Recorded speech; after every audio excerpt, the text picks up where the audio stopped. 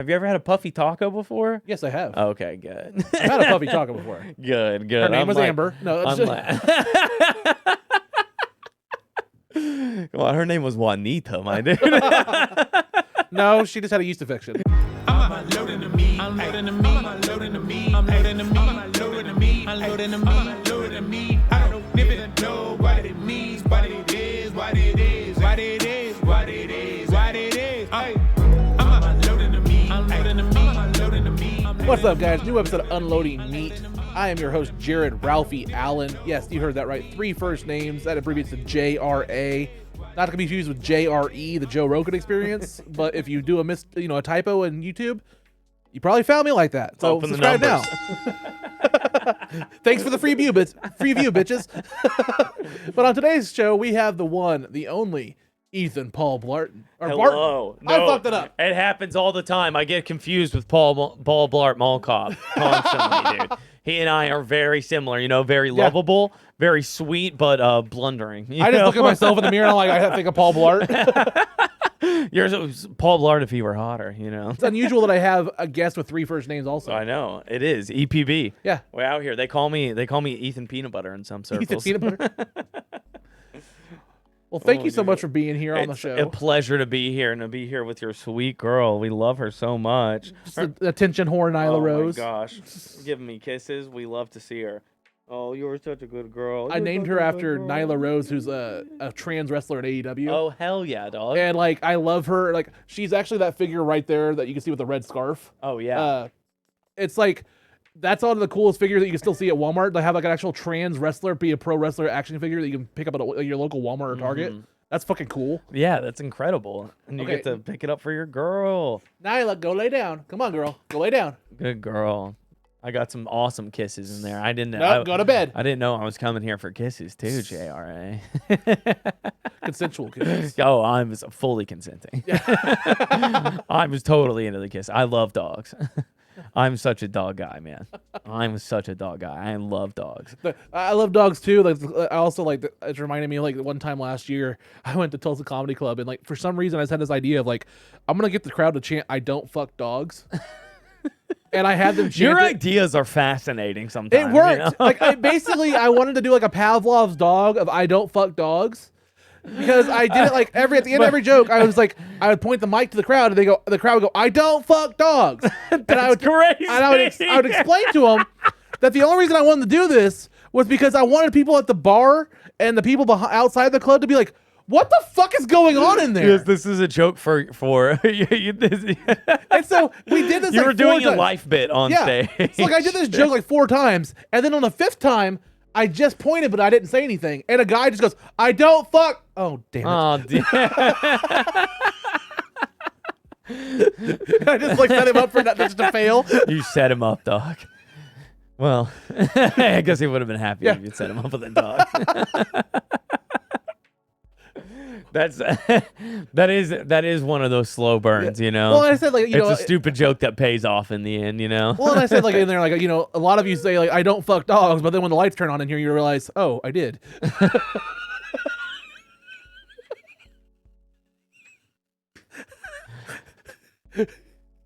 Again, it's consensual, ladies and gentlemen. No, when growing up playing baseball, when I was in junior college, one of my coaches told one of my teammates, he said, "You need to go fuck a dog." Dude. And he was from Puerto Rico, so he didn't speak the best English. Yeah. He was like, "Why did the coach tell me fuck a dog?" No, you need to go fuck a bitch. Yes, I was like, he means some woman, any woman. Yeah. He means you need to fuck something. Not literally a dog. I hope not, at least. Yeah. Coach? Well, I'm catching your drift here, right? You just mean a woman, right? Sure.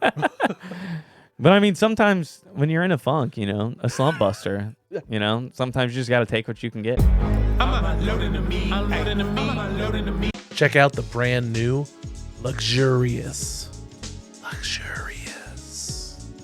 UnloadingMeat.com.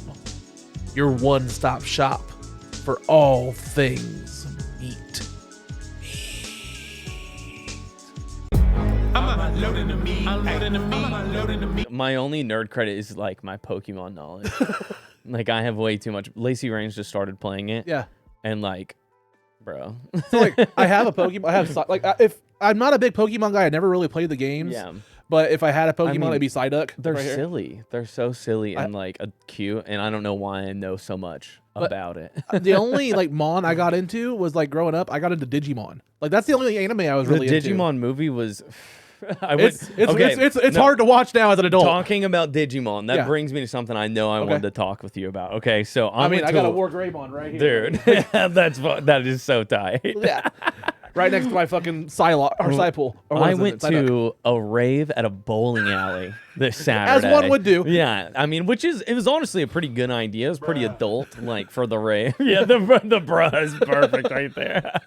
But I went to a rave at the bowling alley, and have you been to the AMC Sheridan? Not in a long time. Dude, I didn't realize how fucking huge that place is. Yeah, it's fucking massive. So they have like this private place down on the end. That's where it was. Okay. On the screen, like they were playing, like EDM, like trippy visuals, but all with the Pokemon or the Digimon movie, like as the background. It was all the Digimon movie, like from the beginning. Yeah. Like just playing the Digimon movie, and it was so fucking sick. The Digimon movie, I always credit too, because people always think of like when they hear All Star by fucking Smash Mouth, they think of Shrek. Yes, I think Digimon movie had it first. And I also think of Mystery Man. No, another song. The guys from Canada, fucking. Why can't it's one day since you look at me? Bare naked ladies. Yes, it's bare naked ladies. One week. For some reason, there's a 1 week. The Digimon movie, and it's fucking fire. I can't believe Sora's gonna read my letter. Wait a minute, unable to deliver? I can't believe she's not gonna read my letter. You try and tell a girl you're sorry and your computer shuts you down. And 1 week since you looked at me, cocked your head to the side and said I'm angry. They have the bare naked Isn't there also ska in that? Wait till we try the cake. Like, isn't the soundtrack is insane. Okay, we're pulling it up. I know it's insane. Like me and my kids. So like that's one thing that's cool is like the Digimon shows. Like season 1, season 2 are great. Season 3 is like it's all right. Yeah. And then it goes downhill from there. As a lot of things do that fucking jump the shark. But like it's hard to recreate that. It's the same thing with bands. I don't know if you know this, but like the first 2 seasons are on Hulu now. You can watch them. I've definitely done that. And I started watching with my 8-year-old. I definitely ate mushrooms and watched Digimon. Dude, they still hold up and they're good. And like the no, it is good. The Digimon series. Early Pokemon's good too. They're both good. They talk about like things that like I look at it now and like I rewatched it with my 8-year-old. And it's talking about like kids with divorce and having to split up the brothers. You don't when you're a kid, you don't realize that they're like, giving you a message like that. And then as an adult, you see it and you're like, oh my gosh. Or like the tale of Kin, the fucking Digidestined in season 2, whose brother died, dude, and then he had the expectations. Bluey, right? Say what? You've watched Bluey, right? Your yes. kids watch Bluey. Isn't Bluey amazing? Yes. Like it's an incredible. Bluey is so deep. It's so deep. It has things like literally where the parents are like looking at each other and they're like, I don't know. It's so good. It's such a good kid's show. So you'll notice that my dog is almost like an emotional support dog. As soon as we start talking about cute. Depth stuff, and like it's so deep or it's so meta. She's like, oh, you need hugs? You need hugs? You okay? No, okay. JRA. Have you ever been to a rave? No. Okay. What is a rave in your mind? What do you think that means? Basically, the intro to Blade 2.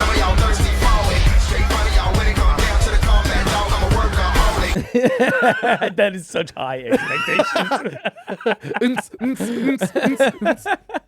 And then afterwards, it's kind of like that. And then afterwards, you get touched. It's just like that. That's when you go home and you have no more drugs to do, and you're just staring at the ceiling. Or I think of like the Righteous Gemstones. Whenever fucking Keith has to go to like back to his roots, and he has to, like there's a scene where he goes back to a rave and has to rescue a girl. I'm looking for Keith. Oh, the baby. Keith, the baby. I don't know. Yeah, he's currently discovering some things about himself. Yeah, transforming back into his earliest state of being. Yeah, no, he's not doing that, okay? Take me to him right now. Too late, bro. He's already strapped in, zoned out, and sinking below his reality as we speak.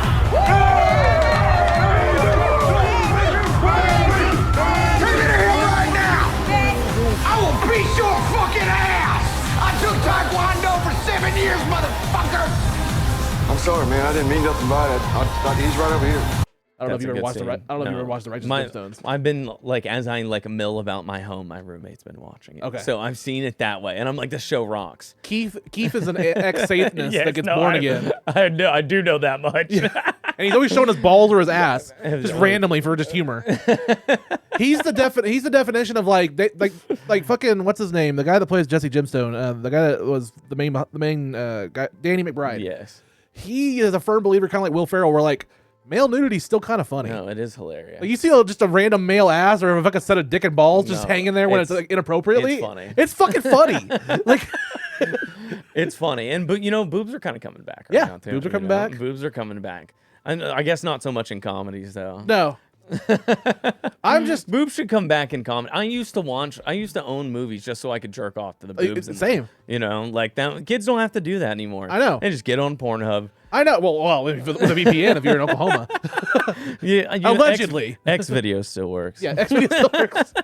X videos, and I'm an X art kind of guy. Yeah. Yeah, I love X art. Well, see, and I'm a bisexual dude, so I could dabble in everything else too. I like it when it like looks like it's like cinematic and there's like a little intro, and it's just like regular babes. Yeah. I don't like huge tits or like a big blank. I'm out. Hey guys, this episode is not brought to you by a mobile game like Best Fiends. It's like Friends, but take out that R. What are they trying to say? The R's for like, is the R word? Is it an R word? Can we say R word? Can we hint at the word? Take out the R. Oh, fiends, friends. That's fucking retarded. Do you think it's more ethical to fuck robots like in a brothel or people? Like, I think that some people would make that argument, that it would be more ethical. I think we're getting into splitting hairs there. I mean, I think that human connection is important, and I think that the more we replace human connection with connection to like fucking artificial shit is not good for, because we've already lost. I'm not a religious person. I don't believe in God, but the church did create a lot of social cohesion. It was a place. It was a place where people got together and got to know one another, and where they could be vulnerable. And we don't have that anymore. That's why there's psychos like us are doing comedy, because that's what we're really looking for. I mean, I was raised. We're in the just church. looking for validation and to be heard. Yeah, that's maybe I'm projecting now.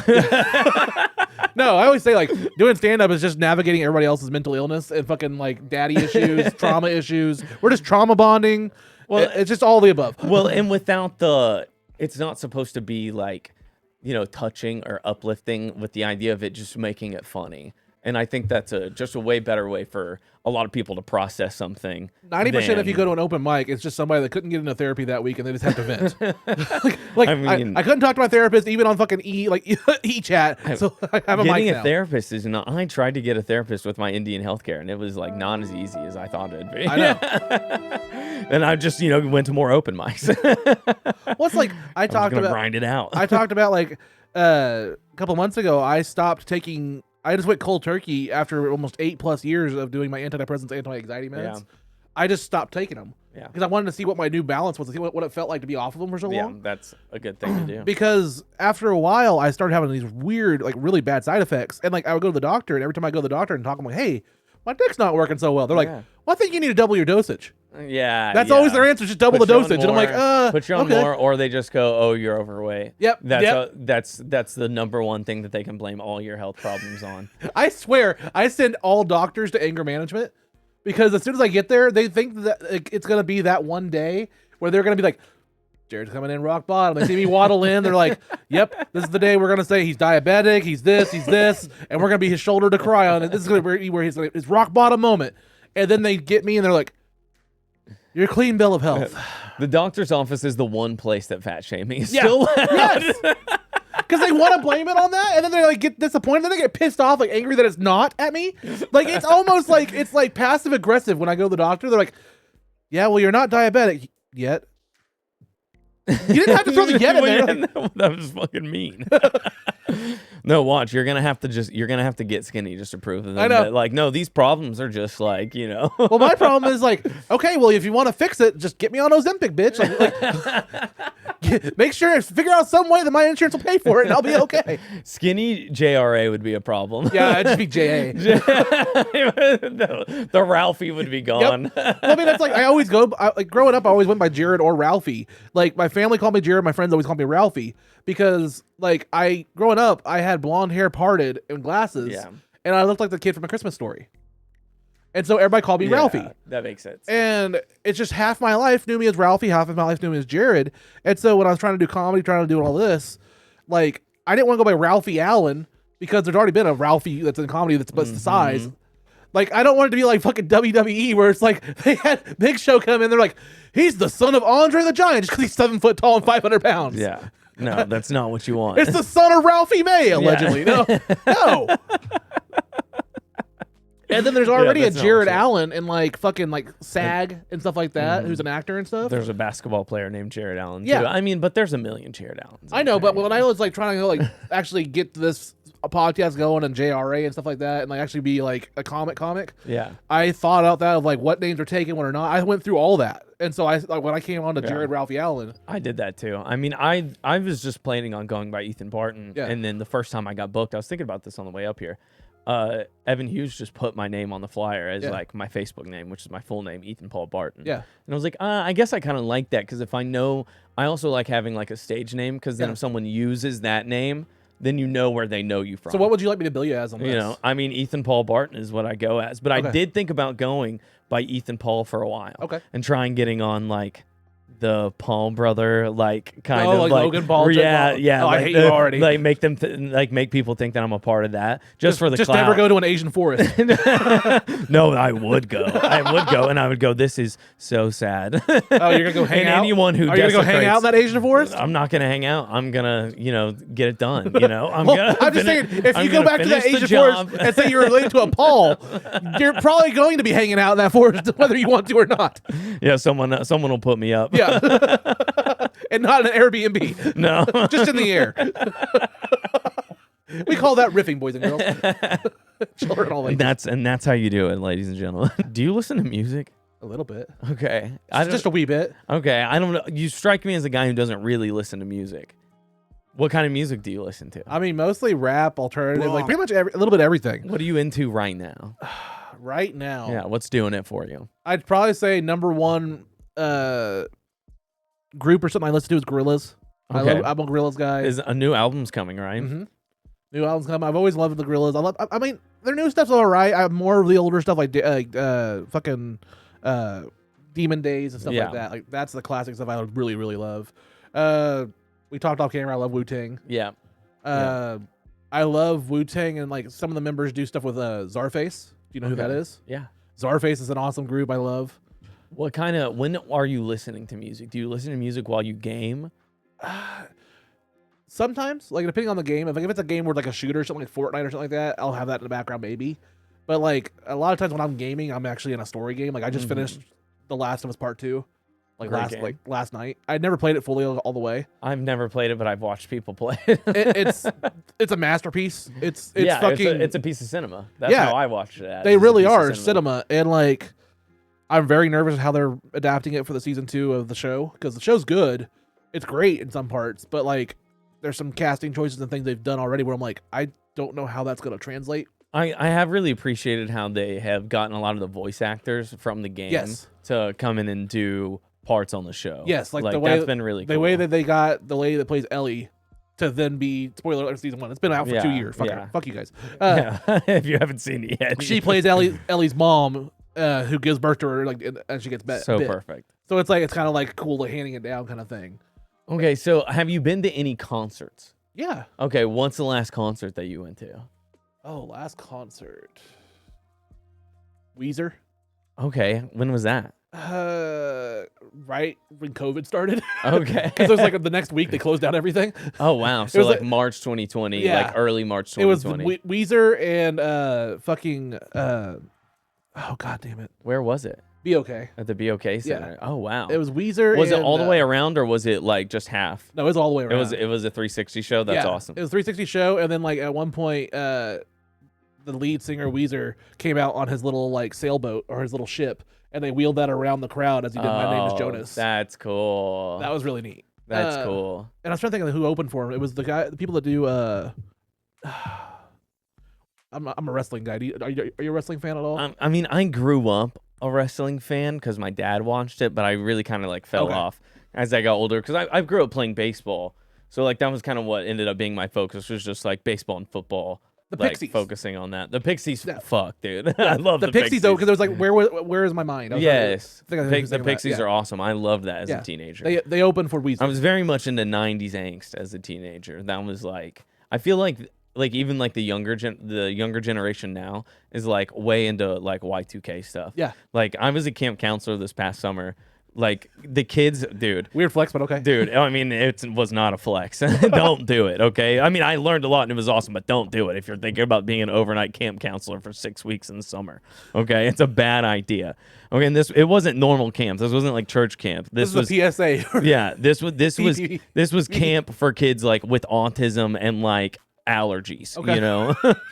Like it's weird to put that out there because like you don't want, I don't know. That's it's an accepting space. Like my third week, I had a bunk of 12 kids. 4 of them were boys, but they were all AFAB. Like so, and the one AMAB kid that I had identified as non-binary. So like there was a lot of like. I'm just wondering, in 2025, is there any other kids that just even still want to go to camp? None of the kids really want to go, but they. I mean, that's part of my job, is to show them that this is fun. Yeah. Because it is fun. Yeah. We're hanging out. It's regimented and it's annoying. Yeah. You know, but like once you get into the flow of it, like it's a good time and it's a really great place for like kids to explore themselves and like get some confidence and like get an identity outside of like their life at home with their parents. And that's really important for queer kids. Oh yeah. You know, because like but probably about 10% of the kids like their parents tell me a name, and then as soon as their parents are gone, like, hey, I don't go by that name, and that's like that's what we're there for, you know? Yeah, is like to support these kids and like love them where they are, you know? And their parents sent them here, you know? Like they know that it's good for them, even if they're not as accepting. You know, but what all this is about is taking me back. Okay, I was talking about music, and I was talking about how the kids view music. Okay, MGMT is like their Nirvana. Okay, they were like, you were around whenever MGMT dropped their first album in 2006, and I'm like, yeah, I was 11. It was sick. And they're like, no way. They're like, did you go to any shows? And I'm like, no. And they're like, oh my god, they're so good.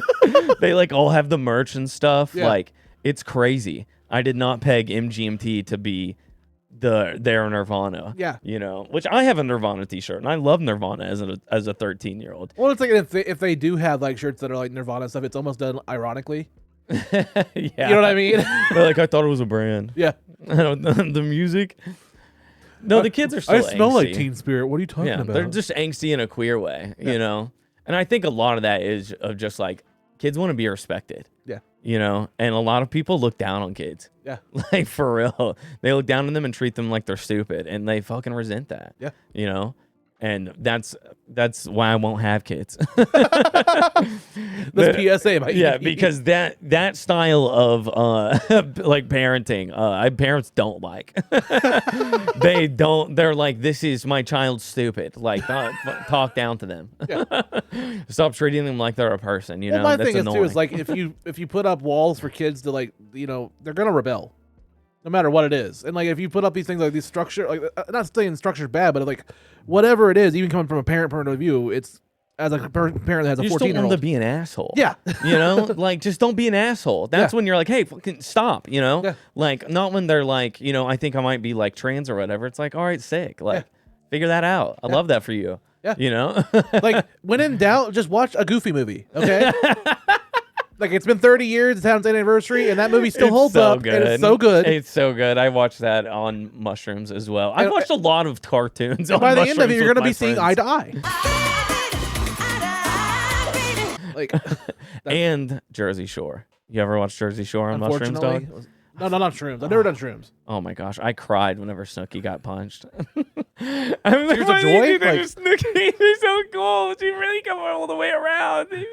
My only frame of reference for Snookie is like like the South Park episode where she was like this weird, Oh like my fucking like gosh. animal kind of thing, like Hey, Snook Nook. She was cool about it. Yeah. She was cool about And then it. she even did a match with WWE at Dude, WrestleMania. she's so cool. And she got in really good I shape love for her. it. And I was like, hell, props to her for getting in shape and actually trying it. I Like, love Snooki. She's an amazing human being. I think that like Jersey Shore, like that first season especially, really like the first 3. Yeah. Like that was the end of an era of like reality TV of like where people weren't like they were being produced, but that was just so like just who those people were. You know? Like they might have been told to do like directed a time or two, but they were just authentically themselves. so what's your favorite reality show? Like, if, like I wouldn't say all the time, but like maybe one that's still going right now. I mean, all time is Jersey Shore, Okay. which is unfortunately still kind of going with Yeah. their union, but that doesn't count. Yeah. But I mean, if you've never seen Vanderpump, like sign up for Vanderpump Rules. We've all had like I feel like every like straight dude gets into a reality show by they're banging a chick who's into that reality show. And so, like, it's just on, you know, like My after second you my come second and, wife like, was 3 really into pumps. Big Brother. Yeah, I love Big Brother. And then I got into Big Brother because like, oh, there's some of these wrestlers that are in there and stuff Dude, like that too. it's so I loved Big Brother. I grew up watching it with my parents, A lot of families do. Yes. It's a generational thing. and it's crazy. Her 'cause family all watched It was wild back in the day. They got them drunk and they would just fight all night in the hot tub and shit. Like I will say my all-time favorite reality show that still came back and is still amazing is the Joe Schmo Show. the Joe Schmo. Have you ever watched that show? I've seen a few episodes. Was that on Spike for a while? It was on Spike. Okay. I didn't realize till now, but it was created by the You writers of the should Deadpool bring movies. back Spike TV. They should. You would be an amazing host for Spike Thank TV. You would be an awesome. What, because I take a load in the mouth every once in a while? I'm progressive? Like, Well, that's. I mean, that's what Spike means now? Well, you could make the bisexual Spike, you know, of like for nerdy dudes, you know, like we are giving you comic book shit, we're giving you boobs, we're giving you a little dude ass, you know, we're getting it for the fellas. There's some twinks involved, and you could like bring people who like do cosplay on. It would be like. I'm thinking of like Spike TV meets like G4. Okay. Like I miss G4. Dude. G4 relaunched and then they didn't have the funding and like it just like it crashed again and it's like, ugh. It's hard. They can't compete with the internet. No. Like you cannot. They can't compete with like what Twitch is. No. now, Like, you know? like I remember like X Play and stuff like that back in the day. And like the relaunch like Attack on the Show that relaunch was really good with like they had a good cast. Yeah, there was a girl that went to OU that did. Olivia. She's like an actress. Olivia Sway or No, Olivia May? she broke up the famous comedian who has the show on Netflix now. He has the late night show. John Mulaney. Oh, Olivia Yes, Munn. Olivia Munn. Yes. Yeah, because she had a baby with him. Yes, they had. She got in between him and his wife. Yep. Olivia Munn is like a lot of boys. Like Olivia Munn for a certain generation is like my generation's Kimberly from the Power Rangers. Oh no, absolutely. Because like growing up, Kimberly, That's when I was like 5 years I'm old. horny. Yeah. That's Yeah. the first time that young men were horny. Yeah. Is they saw Olivia Munn on G4. They Yeah. were like, oh shit. The funniest clip I ever had, besides like her like having like 100 fucking hot dogs in her mouth, was when Kevin Smith caught her in a lie. When she was interviewing him for like Zack and Miri Make a She's Porno. kind of scummy, bro. Yeah, really, when you watch the flick, if you ever see the flick, I know you're busy and you might not ever see it. No, I'll probably see it first thing. I'll be in, Will you? I'll be in line. Are you doing that show? They tag the show on Halloween night, though? No, but that we go live and from 4 to 5, and then I'll be in line that night. Oh, actually, Get I'll be on outta here. a. I'll be on a. No. I'll have to. I did lie to you just now. I'm gonna be on a plane, but I'll be in New York on Saturday, and then I'll be watching. What are it. you going to New York for? I'm going just for lots of business meetings and. So you're going to fit a screening in while you go to New York? Yeah, like me and P Diddy and I just Russell want Simmons. you to be we're real gonna with be me. You're going. not going to see it this week. No, I promise I'll see it. Honest? Yeah, but what does it matter if I see I want it? a Like I'm ticket on stub first. on Monday. Yeah, Just it's not fucking with her. available on streaming. It's 2011. Like, what do you mean you're gonna catch it? It's not on the planes yet. Yeah. Shouts out, dude. I was asking you all the questions about shows because I want to take you to a rave. Okay. man. Okay. Have you ever done Molly? No. Okay. Have you ever done psychedelics? No. Like the only thing I've really ever done is weed. Okay. So you've like never really experimented. No. Have you ever listened to dubstep? Oh, Do you have a yeah. dubstep opinion? I mean, I like dubstep. Okay. Like you enjoy like. I Skrillex came and around when shit? Skrillex. I was around when Skrillex came around high, and like, it's great. Like, Okay. Hell yeah. But you've like never been to like a rave with like No, the no, no. lasers and like the. Do you know what Plur is? I wish No. I had some candy to trade you, bud. Okay, I'm gonna show you what Plur is. All right. Okay. So Plur is peace, I need your fingers, Okay. kid. Peace. Peace, love. Okay. Make it the heart. Make the heart. Make the heart. We're making a heart. Love, unity, and respect. Okay, and then you trade, the candy. Like, so you would like take like what's on your wrist, you know, Yeah. and you would put that on the other person's wrist, Ah. you know, and it's like, did you grow up going to church? Yeah. Okay, so like what raving is for me is like church. It's like a place where everyone's welcome, you know, and it's like really inclusive, and like chicks ass are out and people are high as shit on drugs, Yeah. as well. So church, you know, like- and there's But I think that is also like great exposure therapy for like young men. Yeah. To like go to a place where like women are dressed like really provocatively, and it is like, and you can ask, like, if you want to touch a butt, like, go ask them. Yeah. You know, and like you can like learn consent, and like, and at a place straight up though, because like it's not like a strip club, you know, like these women are not like here for your. I'm just thinking you start getting on a certain amount of drugs and you start asking for consent on everything, which you should. But like with the amount of drugs that you're in, it's gonna be like paint by numbers consent. Well, I mean, there are people who take that strategy. Yeah. You know, there are guys who are like, "May I grab it?" And they'll be like, "Yeah," or they'll be like, "No," and he's like, "All right, cool." You just move on, you know. But usually after a while, someone's like, "Hey, dude, stop." I see what you're doing. You don't want to be that guy at the rave. Yeah, and you're like, I am so happy for you, but will you quit now? I think you've had your fill of butt crabs, my king. Please bust out a move. Okay. Sir, this is a Joe's Crab Shack. Sir, we are inside the old Laser Quest right now, okay? You should not be this publicly horny. You're questing a little too hard. So, I mean, we went to some raves with the old Laser Quest this summer. It was pretty fun. It was a good time. What else are you gonna do with that space besides like porn studio? Like, It's a weird space, man. Even a porn studio, the ceilings are too high. All the moans would bounce right back into all the other rooms. It would not be a good place for fucking to be happening, okay? It'd be an audio nightmare. have you ever been to a mic whenever I've spoiled porn? I've done it on a few mics. Like, How do you spoil porn? I was watching this podcast like a month or so ago, and it had these two former porn stars on it, and they were chatting about like the inside out or ins and outs, inside out. They were talking about their prolapse assholes. Well, I mean, not if you're a professional. No, but they were talking about the ins and outs of the porn industry, like things you don't want to know, and things not a lot of people think of. Yeah. And they were like, "Can we just spoil porn for you?" 90% of the time, the dudes come in the first couple of minutes, and then we just take that clip, and then we just move it at the end of the movie. And then we just pop them full of Viagra and stuff, and they just fuck through it for a couple hours. Or whatever we want to do for the clip, and then we just put the cum shot at the end of the movie. Yeah. And they have fluffers. Yeah. But I mean, like, most of the time, the cum shot happens at the beginning of the movie like a normal dude. Yeah. Because like a dude's like last a couple minutes, he goes, and then they just fucking jerk him off, or you just keep him going for the rest of it. I think that's a really happy story. Give it up. Get men everywhere. Give it up for yourselves. But like it kind of like you fuck when you tell a woman you fuck like a porn star, that Yeah. means you come immediately. Yeah. Okay, and then you take a Viagra and you go to work. So what I'm you saying put your hard hat on. is we need to start and talking you about grind it out. these unrealistic expectations of men in porn. Okay, there's these unrealistic expectations of us in porn. No, dude, growing up, like literally up until I was like probably 26, like I was like so insecure about my dick. Like so insecure about my dick. And like no one has ever complained about my dick. No one's ever been like, Yeah. no one's ever gasped at it. Yeah. You know, but I have a friend who has a huge hog. It's massive. He has like a 10-inch cock. Yeah. And like women won't sleep with him again. Yeah. Women are like, no. Yeah. Thank you for the one night. That was great. Yeah. I'm good. I have no gag reflex now. Thank you. Like, I've learned a new skill, but it's like a burden. It's a burden. It's like having huge tits. Yeah. Like everyone else thinks it's so great, but having huge tits fucking sucks. Yeah. Having huge tits fucking sucks. I know. Yeah, it hurts your back, and it's like you can't even exercise like a normal person. Yeah. Like that. I feel like Being sexy is I'm sticking up for sexy people right now. It's a fucking burden. I love how it's a burden. I love how you were talking about like a hypothetical dude with a big dick, and then you were looking right at me, but I didn't feel like I was being seen.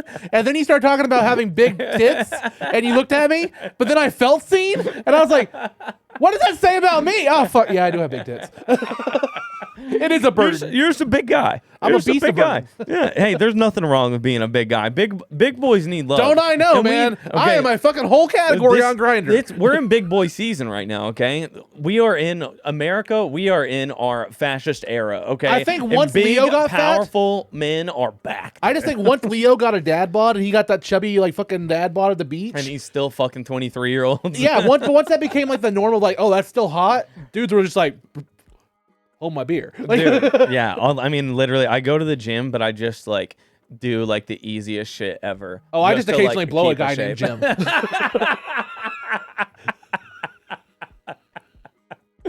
Jim is a guy you occasionally blow because he's not no. out yet. There are no gay gyms.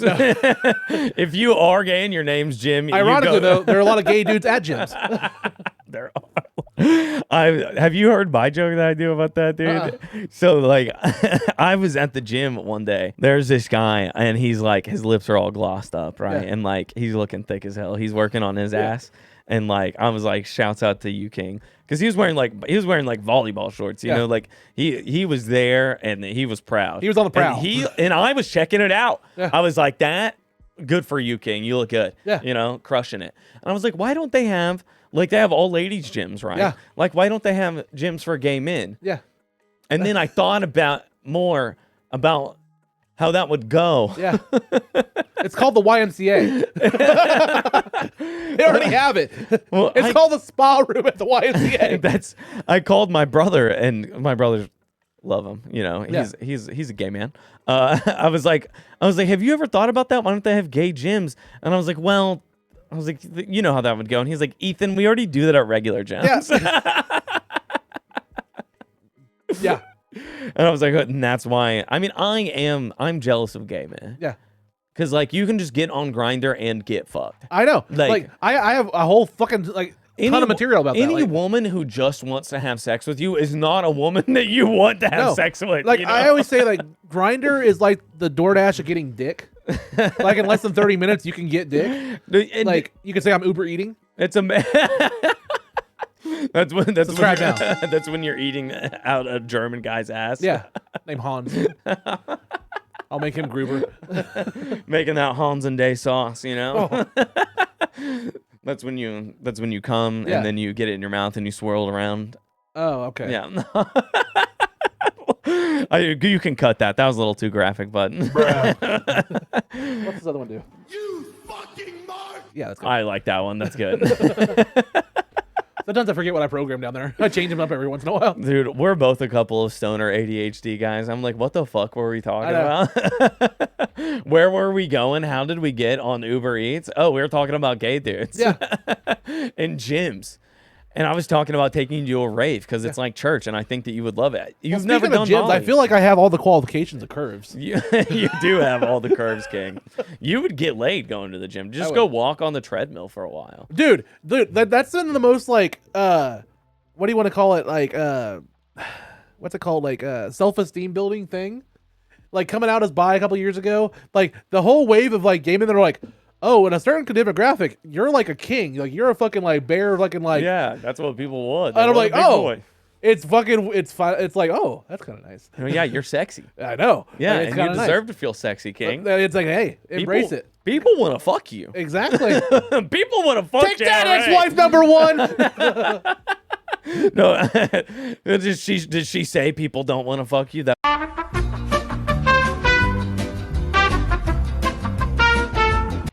Never once, like again, if we're getting meta or whatever the fuck we want to talk about. I like, love getting meta, King. But That's like- what I came here to do. My acid's starting to kick in. Okay, are those toys supposed to move? Digimon, digital monsters. No, because the X-Men are doing a fucking dance right now, and I am into it. You want to have something really fun we can do? I've only busted it out one on the episode. It's one of my favorite things. Oh, you're like this guy's fucking tripping. Look at my. That's why I'm wearing my glasses right now.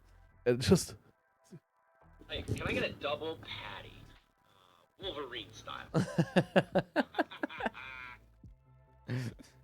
What does that even mean? I don't know what it means, but maybe it means you're Truth just. is, I lost my body trying to teleport with Nightcrawler into a taxi.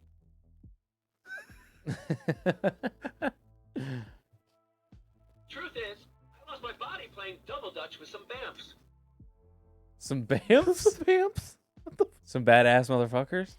So help me, Bob. I'm in your litter box. That's awesome. That's fucking cool. Shout out to Ryan Reynolds. Shout out to Deadpool. Just breaking the. I think he just broke the fifth wall right here in Unloading Meat. I'm unloading the meat. Unloading the meat. I'm unloading the meat. Hey, fellow hipsters and people that have culture or something. I'm Jared Ralphie Allen, host of Unloading Meat, and we need sponsors for this show.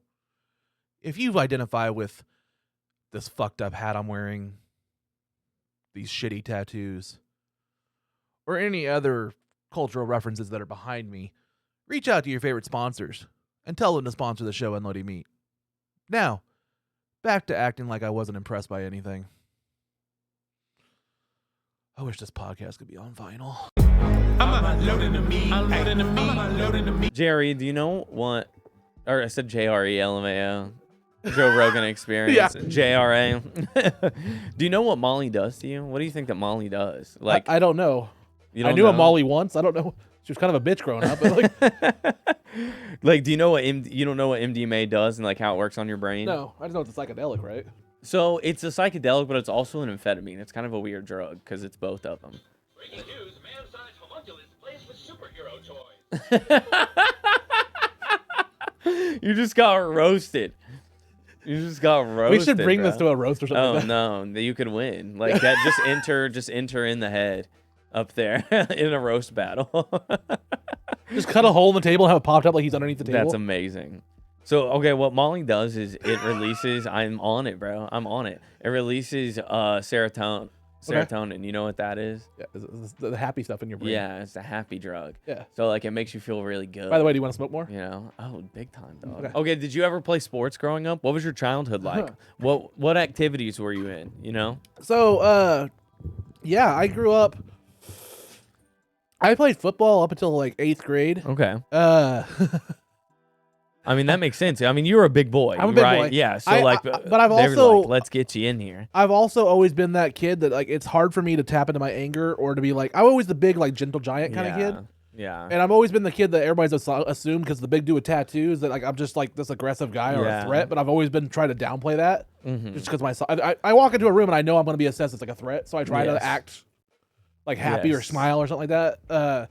But like the glasses help a lot. yeah, The and glasses, hair and stuff like that. Yeah, the glasses help a lot. Yeah, bright colors. I try to just throw out like downplay a little bit.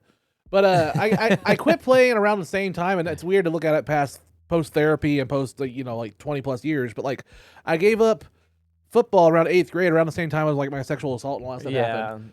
And you lost a lot of drive. well, that and like I remember distinctly there's one time where I got into a fight with another like kid in football in like the weight room. And the coach's response was like, "Oh, look at the little faggots." Yeah. And like we're gonna make you guys. Oh, you guys are like a little couple. And they made us hold hands in full gear and run laps around the practice field, as the entire football team and the coaching staff, the cheerleaders, everybody was making all these racial like gay slurs at us. I shouldn't be laughing at And that. we just had to be like, "Fuck you, I hate you. Fuck you, I hate you." As we're running laps, as they're just like, "Oh, look at the little queers. Look at little boyfriends. Hope they get married one day." And I didn't think about that memory for like 20 years, and then like. December of last year, Falancio was on the show. They were trying to embarrass you guys for fighting, but they did it by being a homophobe. Yes. And like I didn't think about that memory for like 20 years, and then Falancio brought it up one day. I was like, "Hey, did you play football?" And I just like jogged my memory. Yeah, you jogged your memory. And like You live on the jogging, podcast, holding a if you go man's watch hand that, like it's like the that you December hated. episode, you'll see my memory jog where I'm just like I had to take a step back, like, oh, like just a traumatic memory just unlocked live on the podcast. It's like around that time I kind of was just like, "Fuck football."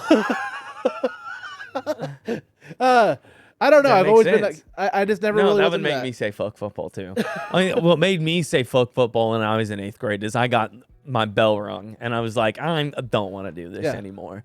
Like, and it was awesome crushing other people, and I enjoyed like being like physically violent. Yeah. Like the body craves contact. I kind of like am a little bit like that, or like wrestlers. Yeah. Have you like like one of my ex roommate, my guy? I just moved out of his house. I love him. He's one of my best friends. He also does. No. His name is Matthew AC Jr. Okay, DJ AC on my show on Crunchtime Comedy that I do at Rabbit Hole. He's the DJ on it. he grew up wrestling, and so like whenever he's drunk and like fucking with me, like he'll always like kind of start like fucking grabbing my leg and shit. I'm like, get the fuck off of me, bro. Wrestlers don't give a fuck, dude. Wrestlers do not give a fuck. They'll get up in your shit, bro. They do, like, like, but I kind of like, I don't know, playing sports, like growing up, like I feel like now it like hurts me in my life because I still like when I'm like doing a job, I approach that job like I'm like playing baseball again. Yeah. You know, so like if somebody's fucking up something, like I'm gonna be like, what the fuck are you doing? Like you were supposed to, you didn't ring in the shit. You're grabbing the wrong. Why are you grabbing my things? I'll be like, I'll just go off on someone. But like I don't mean like, no, it's no malice. You know, I just we're playing the game. You know, like shit happens. See, I pivoted. Like I got out of football and then I became friends with like the athletic director. I went to Dewey. I went to a small in Dewey, Oklahoma. Yeah. And like I became friends with like the athletic director, and then I figured out that like I could work for the school. Like if I basically was just like friends with him, he would let me be like the guy that works at concession stands and like takes tickets at all the baseball games, football games, softball games. That's a sick gig. And like I got paid like basically $8 an hour when I was out of school, and then during school I just got to be basically his aide. Yeah.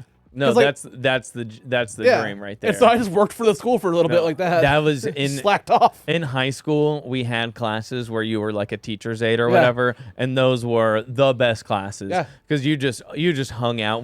One of my junior year, I was an aide for our school counselor, in which we did nothing. We did our homework for like other classes, and I just like hung out and flirted with Molly all year. Well, it's like I got to my senior year and like I had already taken all my credits except for one English. And so they were like, you'll have home ec. It was a small town. They're like, they're a small town school. There was not really much to do. There were extracurriculars and shit like that. Yeah. And so it was like, you're going to have home ec first hour, English 7th hour, and then you're going to take a college speech class at night. So that'll give you like 2 to 3 hours during the day to study.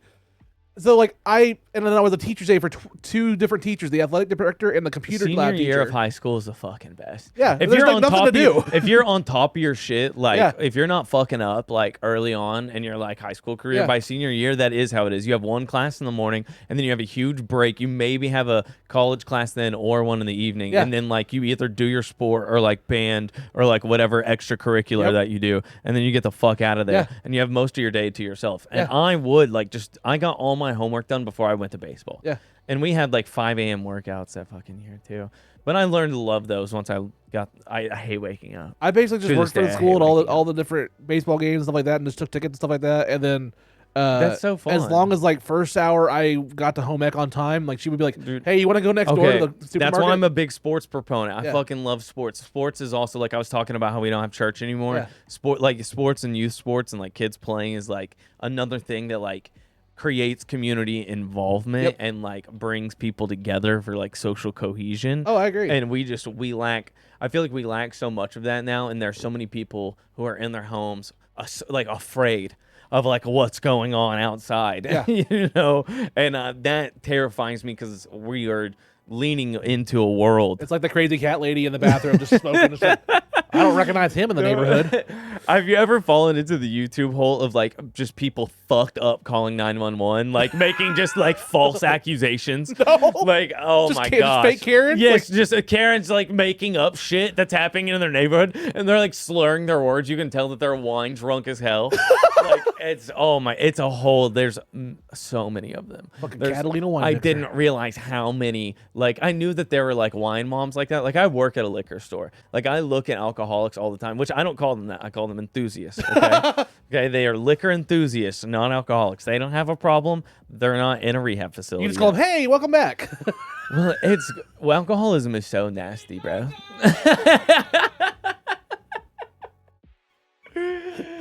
Oh my gosh, the chimichanga does sound fire. I know. I'm stoned as hell.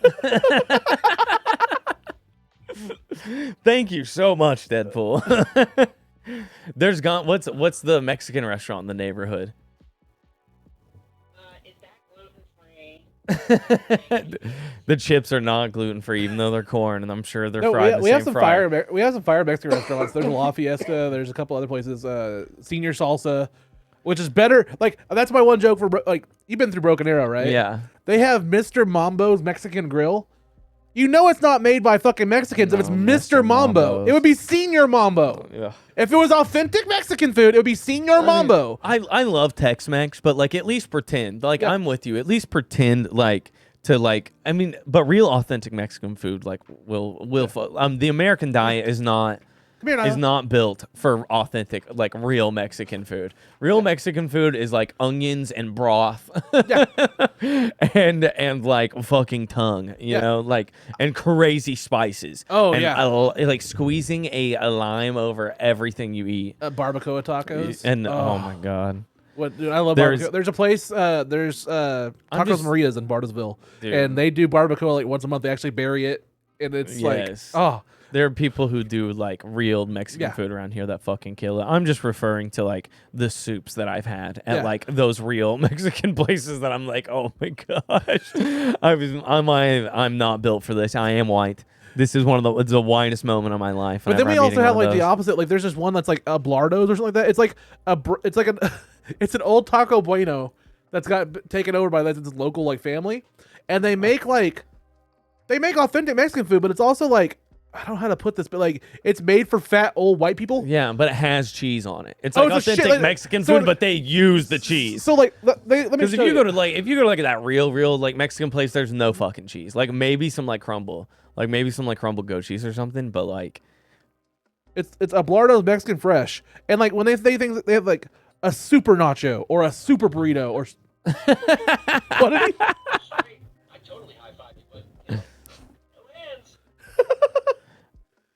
But like when you order it, like I got their super nachos one time and it was like $12. And they go basically for like biggest value. Like you're gonna get a shitload of food for $12. Yes. So like you get a to-go thing and like it's a double-decker thing of nachos this tall in a to-go thing. Okay, Deadpool. He's got a mind of his own over here, dude. The earring, let's discuss it, man. You always have a unique earring. Whenever you're on stage and stuff like that, I've always noticed it's like your trademark. Yeah, I do like messing with the earrings. Well, I got my ears pierced, like right after COVID, because I'd always I'd always wanted a mullet, right? Yeah. And so like during COVID, I'm like, well, I can't go get my hair cut, so I'm like, I'm just gonna start growing it now. Yeah. And so like, and I loved having like my little mullet that was really short at the time. And I'm like, dude, I've always wanted my nails painted too, mostly because this bitch at a music festival this bitch stank, okay? This bitch fucking stank. And she got on to me for there being dirt under my nails.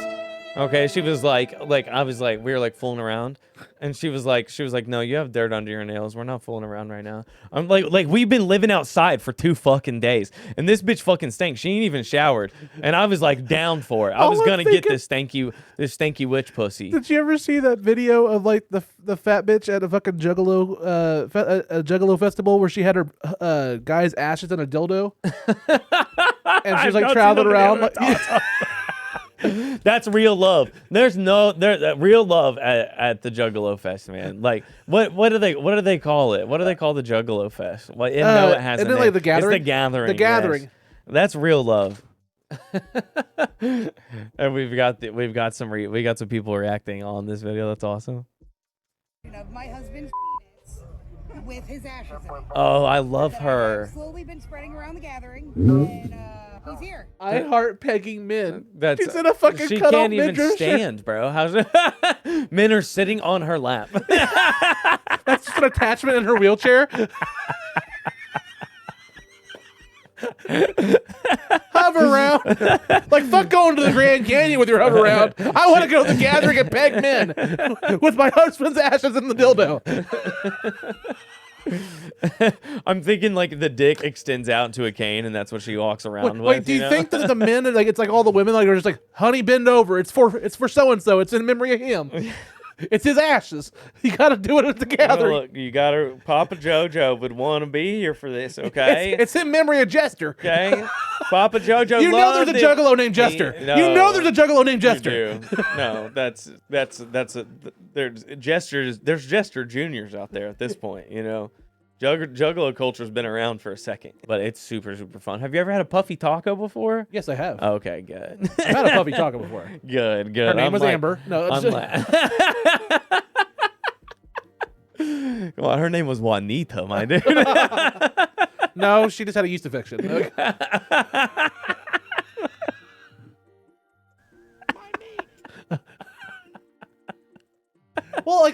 people always ask, like, I honestly feel like this is a cheat code like a lot of comedians don't really talk about, is like, you see a lot of comments with podcasts and stuff like that.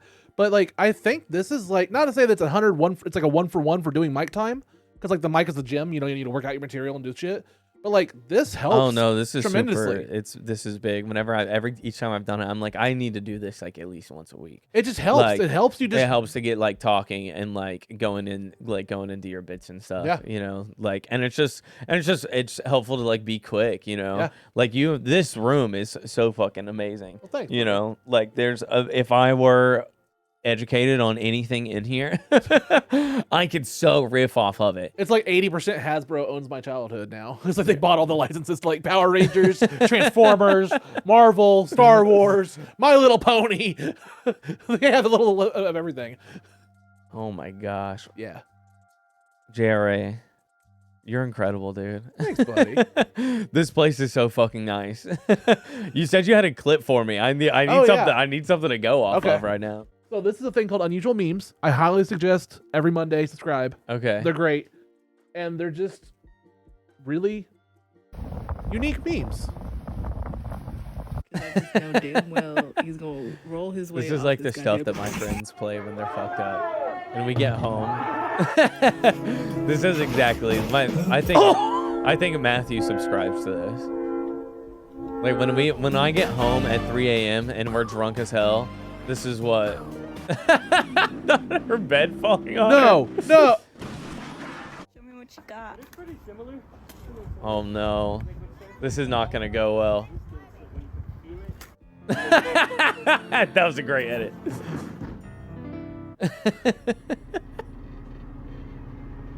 Saucy Nugs What are back. up, Saucy Nugs? Oh shit. Oh. Oh. Oh. What's Oh. happening here?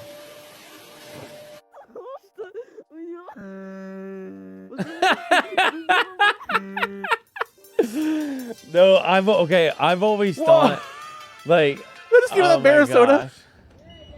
No, I've always wanted to hear like Wiz Khalifa and Seth Rogen like in a room together. Like, yeah.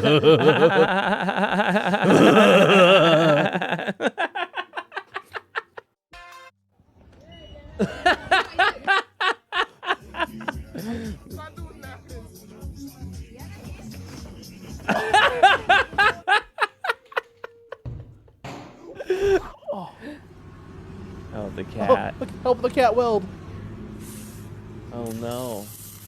He's protecting the cat's Okay, eyes. that's perfect. Perfect editing. That is a big fluffy cat right there.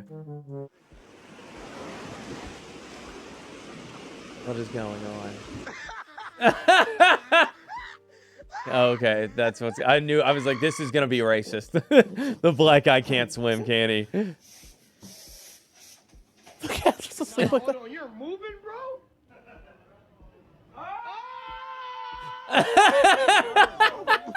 I love those guys. He's scared. He's shaking, bro. Probably just sore. I love the music. Oh no. Oh, Don't try it again.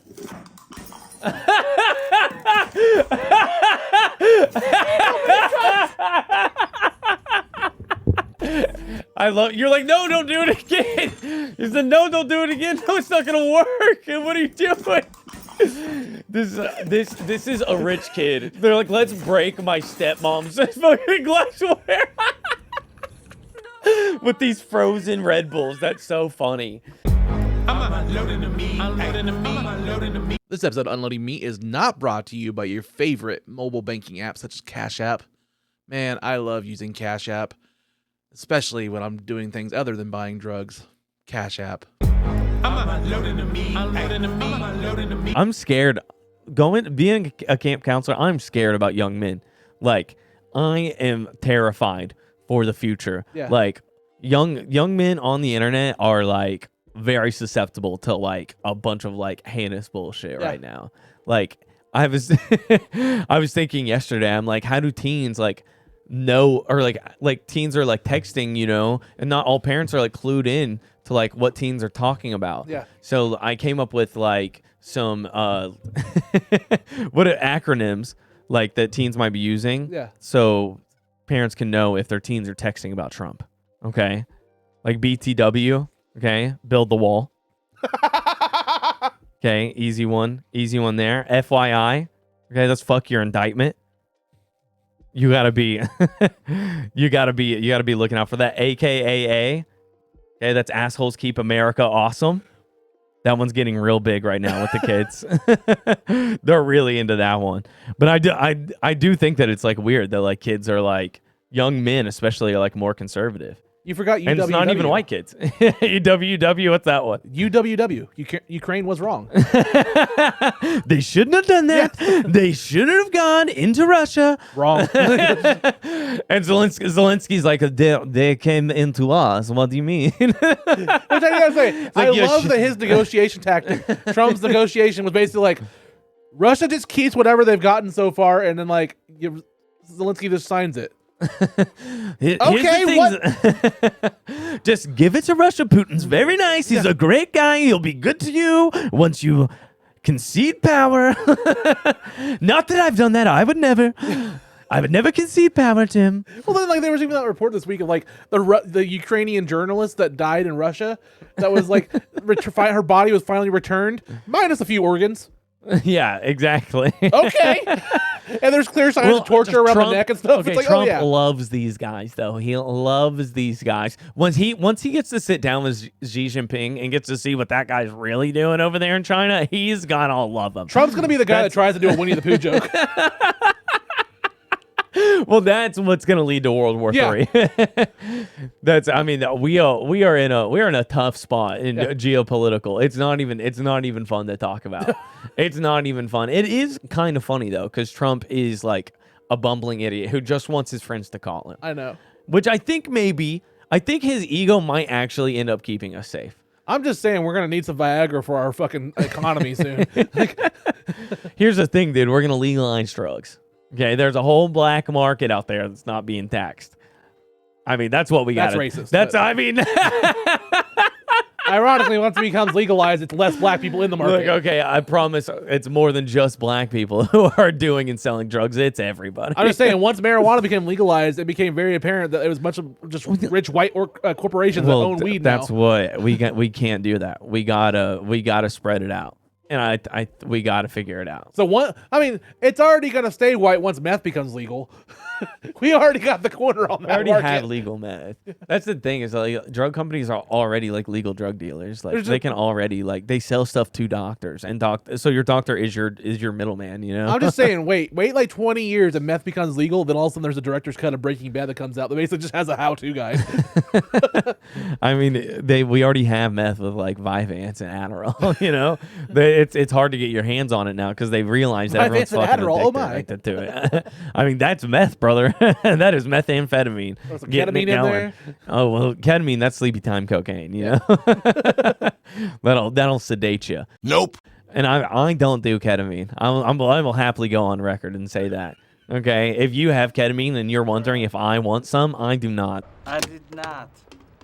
Oh, hi, Mark. Do not offer it to me. I'm good. Unlike okay? these two guys that are doing the fucking loop together. Exactly, okay? I want to loop around. I don't want to fall into a K-hole, okay? And have my friends put gummy worms in my mouth and try and bring me back to life, okay? That shit's not cute. I'm good. I want to see what this does. Oh, no. Oh, that's homies, though. That might have been what they were going for. The tap light? Can I be honest with you, bud? Can I be honest, bud? Yeah. I hate cats. I'm allergic to cats. I am also allergic to cats. Right there, buddy. Dude, I am also allergic to cats. And I cannot, like, I always check, like, a woman's wrist for scars when we first start dating. You know, because I cannot date another cat owner. owner. Do you have a cat? Yeah. I'm like, either way, I can't do it, you know? Only one of us can be suicidal. To feel something. You go, okay, cool, we can date. Yeah, exactly. We can date with you. I'm like, you don't have any cats? Because that is also cat girl behavior. Yeah. I know a cat girl when I see one. What I don't get about cats is why would you own something that actively wrecks your home? Yeah. Why would you sign up to host a terrorist? Yeah. And then be like, oh, there's a cute and I love them. And they're knocking talking over like your vase and like the shit that your grandma, and you're like crying over it. Yep. You're like, but you're not mad at the cat. You're like, oh, this is just what happens. No, this is your fault. This is your fault for having a cat. Or if you get a male cat and it just sprays everywhere. Bro, I don't. Ugh. They're evil. You know what? Cats are meant for, like, if you have a barn. If I had a barn, you're damn right I'd have a fucking cat, and that cat would be out there eating fucking mice, okay? It'd have a job, and I'd love it for that. But to live in your home and, like, pick up its shit and its piss, disgusting, you people. Yeah, I can't stand it either. Disgusting. I was going down on a girl, and I got her pussy hair stuck in my throat, okay? And not the pussy hair that came from her pussy, but her cat's hair in my throat. I looked like a cat, like getting out a fucking fur ball over her toilet. As soon as I was done, she came. The cat? No. Oh. The other pussy. Yes, the lovely young woman who welcomed me into her disgusting home. The moment we walked in, there was a dog shit right at the front door. So you're saying her pussy was scratch and sniff? Bro. I had to get over the dog shit. I was going for the pussy to get rid of the dog shit smell. I've been some places, bud. I'm not great looking, like I'm not like hot, but I'm just good looking enough that if I hang around at a bar until 2 a.m., someone will go home with me. Yeah. And my standards, they continue to lower. They're so high at 9 p.m. It helps if you're at a place like the Cellar where it's all red light. Dude, Mercury Lounge. That's where I get tricked at Mercury Lounge all the time. If I'm at Mercury Lounge until 1:45, you just slip people Mercury. Yeah, I'm going home with a creature, You wake and up I hope it's Freddie their Mercury. place. I would rather fuck Freddie Mercury than some of the men and some of the women that I've gone home with. I'm not gay, but I would. I'm not gay, but I would get AIDS for Freddie Mercury. Oh, yeah. He's hot as fuck. Wow. I think I just came out to my family right now. Dad, I'm sorry. I know. Get AIDS for Freddie Mercury. Mom, I'm sorry. I know you guys are expecting me to. Both my siblings are gay, so like all the pressure's on me to have kids. I'm 30, and they're like, bro. What are you doing? Well, that was the other thing. It's like I was a huge Queen. I'm still like Queen's one of my favorite bands of all time. Yeah, no, it is my favorite band of all time. My favorite classic band. Modest Mouse, my favorite band of all time. Oh, nice. Love Modest Mouse. I love Queen. I eventually want to get the logo tattooed on like my neck, like the Queen logo. Yeah, dog. I love Freddie Mercury. The movie was weird because also like from like didn't see it. It was all right. Like I didn't need to see Rami Malek as Freddie Mercury. It was all right, but like the thing about that was weird was like as also like as a bisexual man, Freddie Mercury was not just gay. No, he wasn't just gay. They just painted him as like he wasn't really into women. He was really into this dude. Like I almost said the F word. Yeah. I could say it's my word. Okay, I swallow. I say it on stage. I say I'm a faggot timeshare. I've said it. That's funny. I like that bit. I've said it because it's been used against me because I've always been like I'm a little femme sometimes, like so like, and I've always kind of owned that, but like, and I like kiss dudes like for sure. Like, and I say I'd fuck Freddie Mercury, I probably wouldn't touch. Yeah, you look like Kid Cock. Yeah, well, Kid Rock was gay. I just. I like kissing the homies, If the boys, like, I kissed one of my boys and he had really nice lips. I was like, that was sick, But like, I'm only interested in my own penis, Other penises, I'm like I watch lesbian porn like most of the time. I say like being bi is kind of like having like your sexuality is kind of like a horizontal slot machine. Where like face, that's cool. Tits, that's a plus. Dick or vagina? No. I mean, I'll pull that fucking. No, I wish, bro. But I would. My friends have talked about it a lot. Like, I would have sex with a trans person if you have the parts. Yeah. Like, if you're a trans woman, but like you got a vagina. Yeah. Like, I'm checking out the doctor's work. Yeah. I want to get in there. I'll leave a Yelp review. Yes, absolutely. Yeah. I will be like, felt amazing, just like any other great type pussy. What if that happened? What if there was like a thing of like we left plastic surgeons reviews of how good the pussy felt? I would love that. I would go both ways as a bisexual dude. I would try out the fucking new dicks too. I would leave reviews. I would be a local guide on Google. Sign me up. Sign me up. Me, So if any plastic surgeons are EPP out and town, JRA are on the task. Give us all your new dicks and pussies. Who wants to sponsor us? Any plastic surgeons out there? Give us a call, okay? We got a great idea for content. call that reviewing meat. That's that bit is actually unloading meat is perfect. Okay, we got some fresh meat and we're here to test it out. Fresh meat. We'll call it fresh meat. And it's not even porn. We're like writing notes. We're having to get fluffed. We're having to because we can't be too excited. Because if we are too Yeah, excited, because then we put it out premature. yeah, well, and then we just look like chasers. I mean, we're just the ultimate chasers if we're too excited. We have to be serious, okay, for the science. Yes. Also for the bit. We're like the Kinsey Institute. It's just a bit that won't end. us fucking brand new dicks and pussies. We're gonna get rich. Leave it to two cis men to fucking corner the market on trans fucking reviews. Hey, bud, I identify as queer, bud. Well, same How here. dare you? I identify as queer. Yeah, me too. Which, I mean, I am cis man for like all like, you know, bits and purposes, but the like I don't like to identify that way because that's like patriarchal norms, and I'm like anti-patriarchal, you know, and I'm not a male feminist. I'm fucking not. I use that. I'm anti-patriarchal, Oh my you know. God. Wilburton, let's talk about it. I have this bit in my jokes. Like, I like to fucking, like, you know, subvert expectations. So, like, I'm like, at a certain point, I'm like, hey, you know, I consider myself a feminist. Where are my feminists at?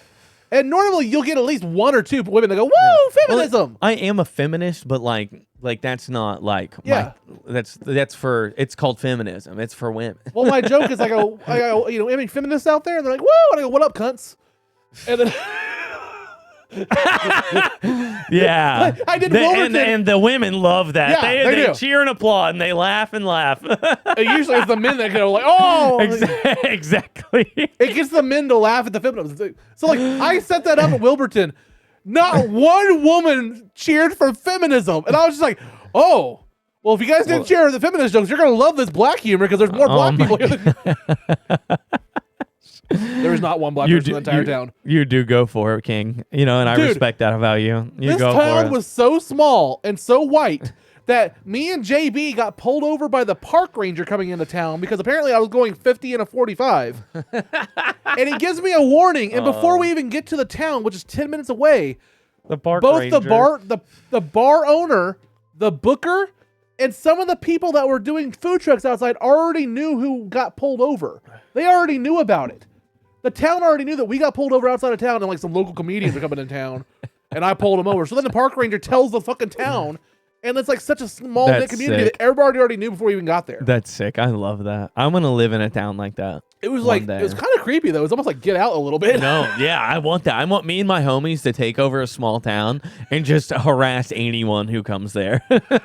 Be like, look, this is for me and my boys to drink 30 racks of Busch Light. All right, if you don't Let's be honest, it'll be PBR. Come on, I'm a Busch Light guy. Come on. I do enjoy PBR though. Well, in Texas, Busch Light is just called W. Oh, really? George W. Bush. Busch Light, yeah. I'm stupid.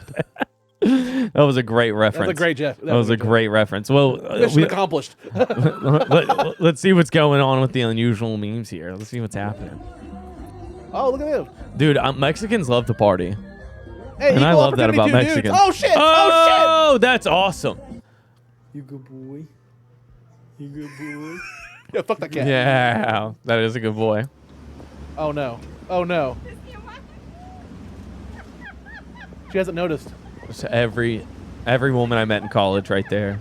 All right, so we got... I've never gone out with a woman and she's like not forgotten her ID. Like every woman I've ever known, we've gone out and she's like, oh, I don't have my ID. Yeah. What is that? I've had it happen a lot with like being married. Like, it's a culture thing. We're like, not that I'm being like these are white women that I'm referring to. Well, no, it's just like it's like a lot of female clothing is so tight knit and small pockets that they don't have a spot to. But fit they a have a wallet. purse. I know, but it just becomes a cultural thing where like you forget. But then you it's don't bring loose. It's loose in the purse. That drives me crazy. Yeah. You can put a wallet in the purse. Why don't they do that? I dated this one girl who just has disaster bags. She just had like different like book bags that she would just throw stuff in. Yeah. Everywhere she went. Always snacks. There's snacks in there. Oh, it's a crushed candy at the bottom of it. Half her things would be covered in chocolate. Just be one of those like fucking I can't. the Harvest granola bars. Which I'm not the most organized person, but like I have to have like The some Nature's Valley granola bar. It's just a part of the bag now. Yeah, once one of those gets in there. It's like the cordyceps in Last of Us where they just grow into the wall. I need to watch the full show. You I've should. only watched that like the 3rd episode. Oh, the Bill one? Yeah, because it's fire. It's really good. First, my name's Frank. Oh, yeah? Here's the thing, Frank. If I feed you, then every bum you talk to about it is going to show up here looking for a free lunch. And this is not an Arby's. Well, Arby's didn't have free lunch. It was a restaurant. Yeah, that was a beautiful love story. Yeah, beautiful. Shout out to Gay Man. I love you, Gay Man. Y'all that was fucking a beautiful rock. story with Fucking Bill and rock. what's his name? The other gay guy. Yeah. Fucking love those dudes. Bill and Frank. Yeah, that's the only episode I watched because it was awesome, and then I watched it. It was fucking awesome. See, that's one part where like they deviated from the game a lot. Yeah. Like you meet Frank and he helps you a little bit, and then like you meet Bill. Frank's already dead at the time of the game, and you beat Bill for a little bit, and then he's kind of left alive. And like they deviated quite a bit from that, and they changed that story, and I liked it. No, and it makes it its own. Yeah. I think it's a good deal that they did there. I mean, also Last of Us Part 2, just finished it. It does a really good trans story in there. Really like it does.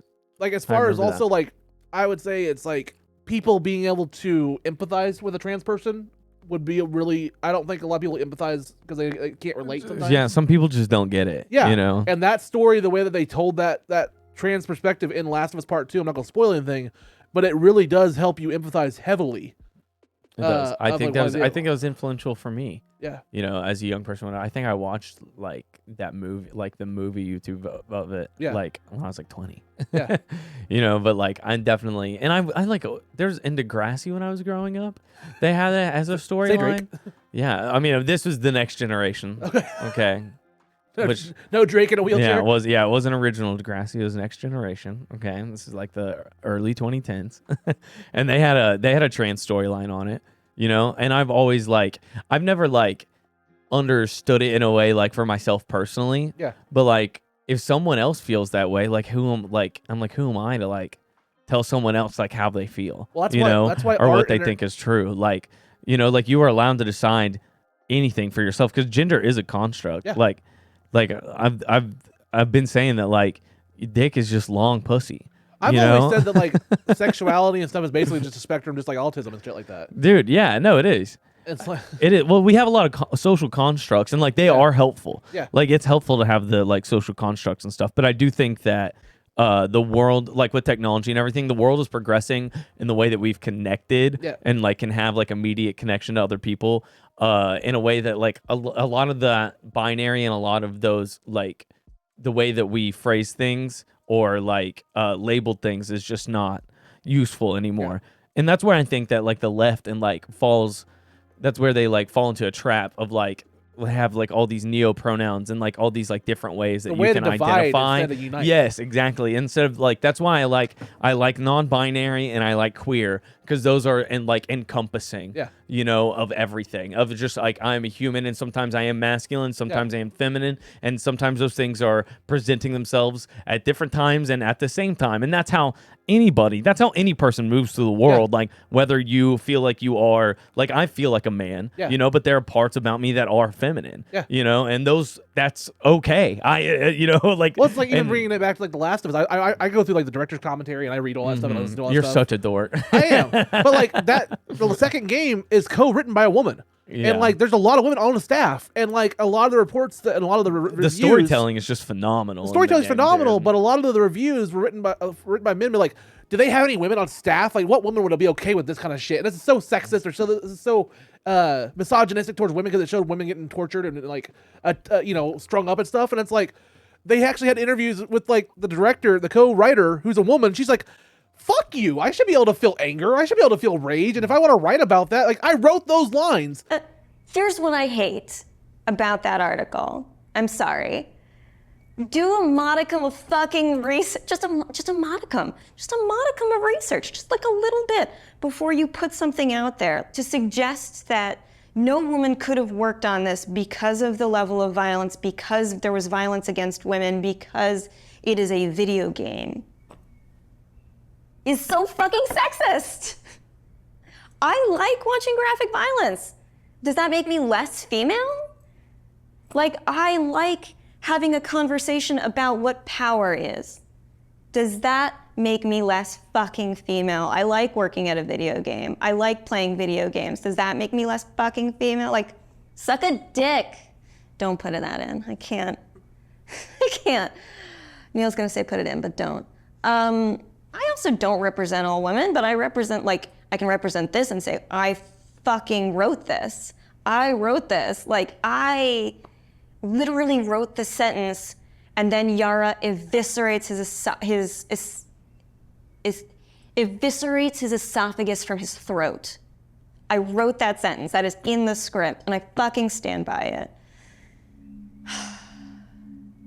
I'm afraid of being turned into a token rather than the truth, which is like, we're being thoughtful about the female narrative. There's a lot of women that wrote this story. Well, it's like a mythical place, and so I guess it's like almost like reviewers, like people, like that's like the PC thing, is like people don't want to see the reality of our world reflected back sometimes. Yeah. And that's what that art is meant to do, is to demonstrate that women are still like seen as objects. Yeah. Like, I mean, it's 50 years ago now that, like, since women could, like, have their own bank accounts. Yeah. You know, like, having a girl, like, 100 years ago or, like, 150 years ago just meant that you had a virgin that you could get married to someone else next to you so you guys could join each other's land and shit. Yeah. You know, like, having a women were literally bartering, like, tools for, like, men to use. And so we still have, like, a lot of that old school misogyny built into our culture because things move so fast. Like I was saying earlier, like they should turn the internet off. We shouldn't be allowed to do this. Yeah. Well, it's like also, I don't know if this is good. Well, it's also like it's like finding. I think like art and entertainment is so crucial because it helps people relate and helps people find that empathy. Mm-hmm. Like we have to have those stories. We have to have that way of finding that bridge of like we said, me and you both like either watching or playing Last of Us Part 2. Gave us a chance to help us like empathize with like a trans story that we like, some people like may not have ever encountered before. Yeah. And like that's why art and entertainment's super crucial in that kind of stuff. That's what it's about. Art is about expressing what it's like to be human. And then like as a father of two girls, it helped me like just like I started realizing in my own like day to day, like I just started navigating towards shows and like things that showed like strong female leads and stuff like that. Like as I wanted to like watch shows, and, like I just started to like kind of going towards. It's because it's more interesting too, because that's where people are doing the most interesting work and like that are touching on topics and touching on points of view that haven't been expressed before. You know, and that's not like woke or like DEI shit or whatever. You know, that's just the way that things are and the way that things are going, and that's not a bad thing. Yeah. You know, like women are gaining more power. I trust a woman more than I trust a man. Yeah. Being alone in a room with a man, I'm terrified right now. I've been shaking my boots. No, but like, you know, like a man is always like more threatening. You're like that dude up on the ladder earlier.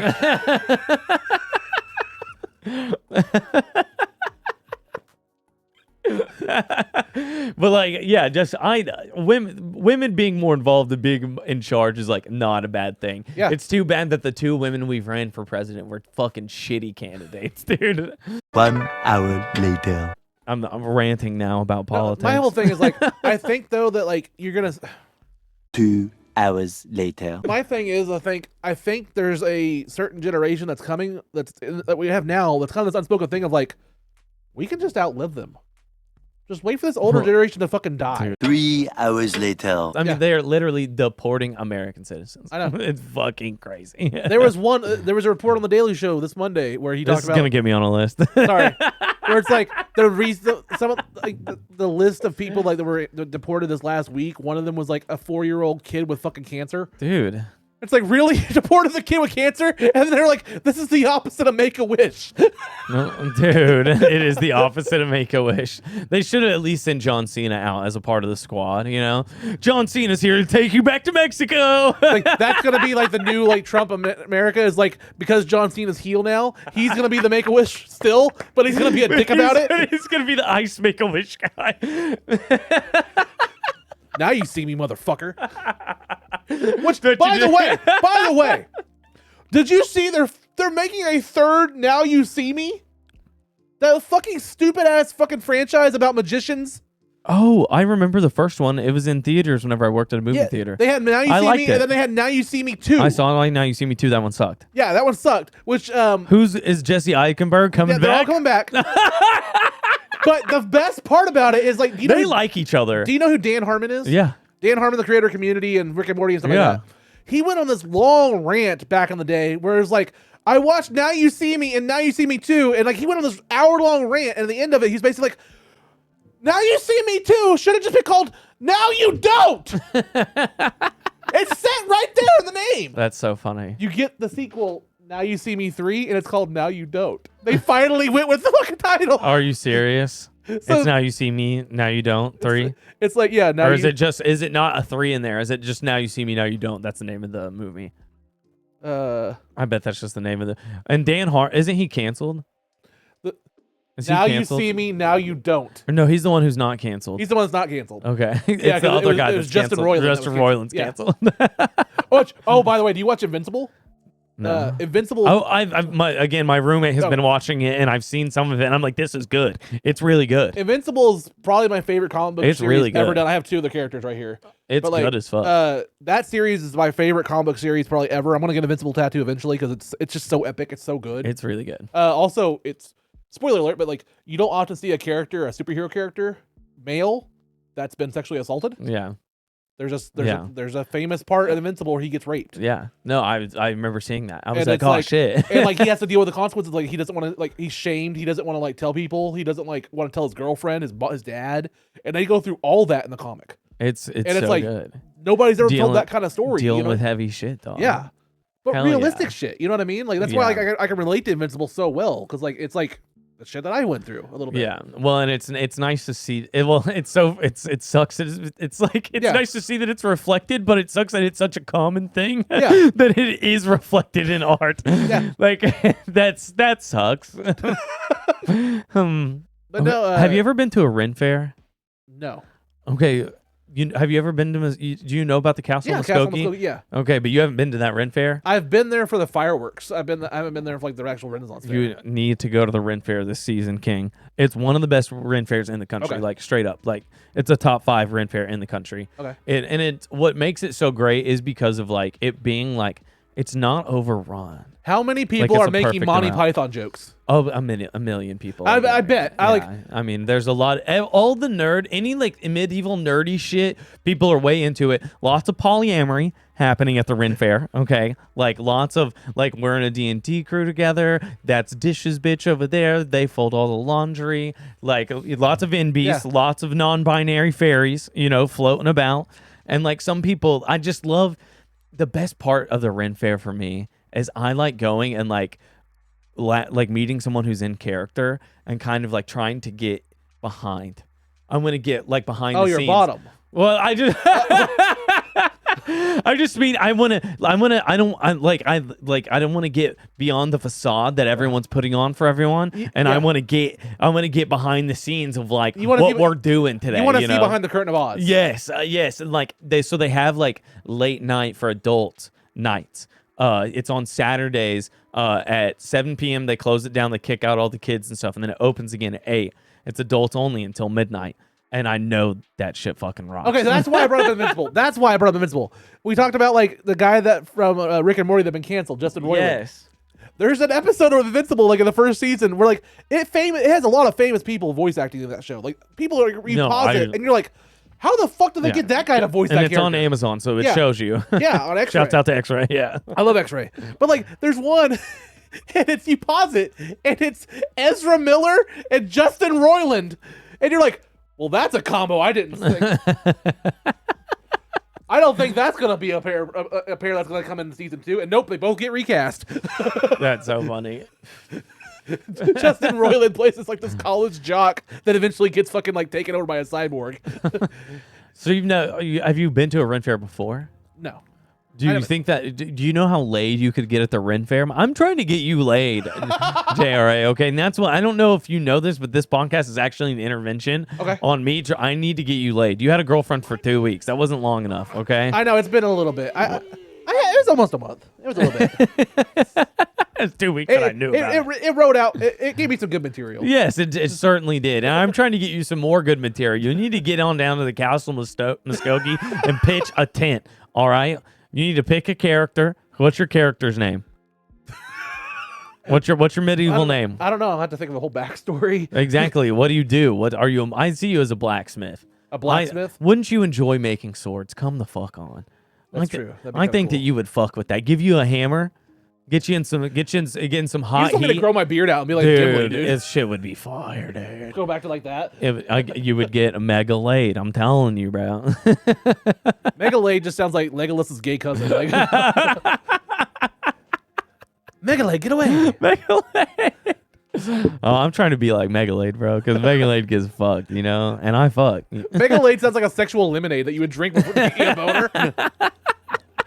Like you just slip 2 Viagra into a Minute Maid lemonade. That's Blue Chew lemonade. We call it Mega Laid. No, it's the Rhino. It's a little shot that you get at the gas station. It's just a sponsor on Fox News.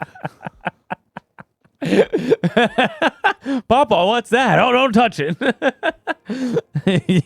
You won't go down for 8 hours. Your grandma loves it, though. I mean, I told this story before. Like, I don't know. Have you been someone's slump buster before? No, I'm just saying, like, have you batted out of your league and you're like, what was up with that? I broke up with a girlfriend, hooked up with a guy, and he ate my ass so hard I threw my back out.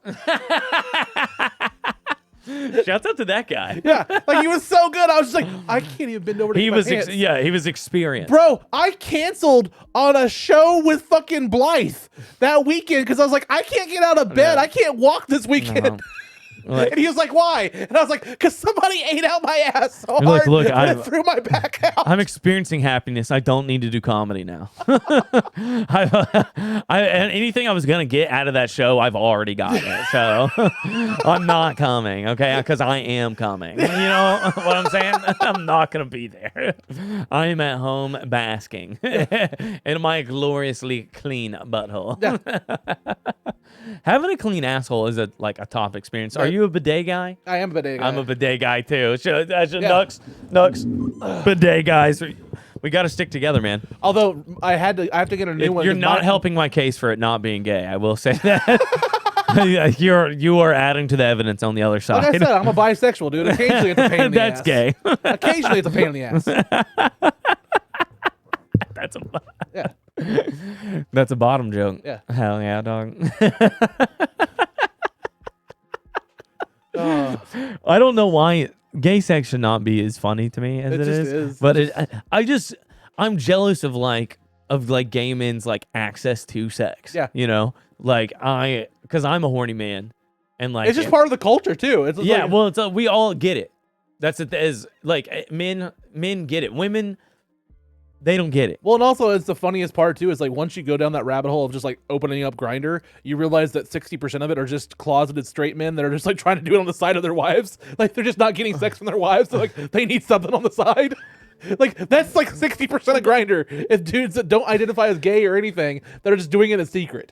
They're just in denial. Dude, it's denial to dick. I will say, like, I've never the wrath of a woman who wants to get fucked and you're not, like, you don't want to is that is a unique experience. Yeah. I was dating this chick once and she used to date women. She's bisexual. She also dated women. And so like she would want to fuck for like 3 hours, you know, because that's what lesbians do. Yeah. And so like after my 4th nut, and I'm 45 minutes in, honey, I'm done. Yeah. I have done.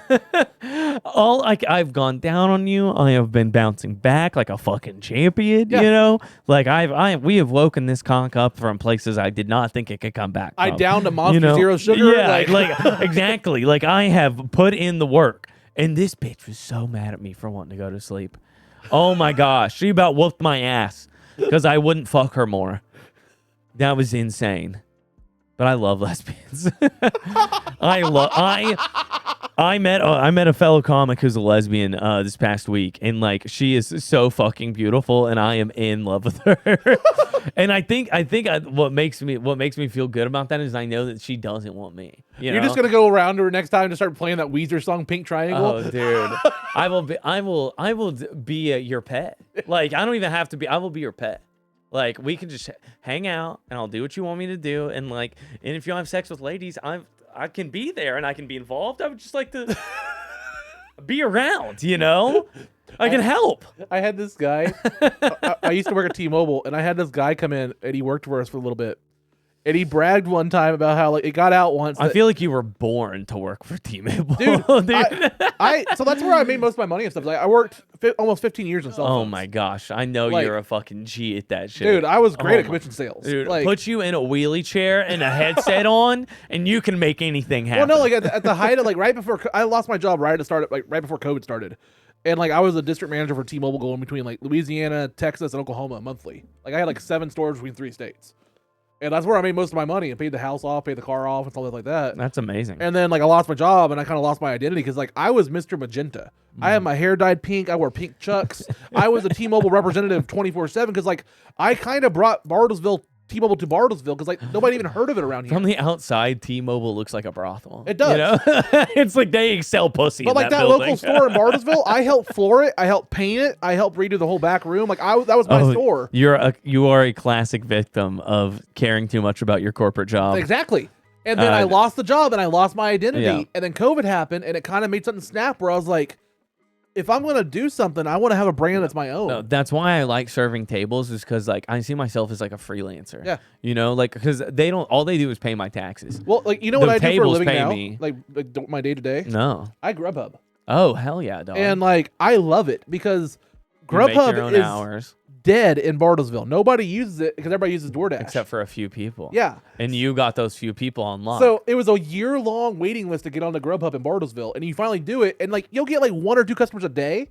But what they do is they pay you hourly to be available, to be on call. Uh-huh. So it's if I take a 10-hour shift, that's $11 an hour just to sit at home playing video games. Awesome. Just waiting for a call. Yeah.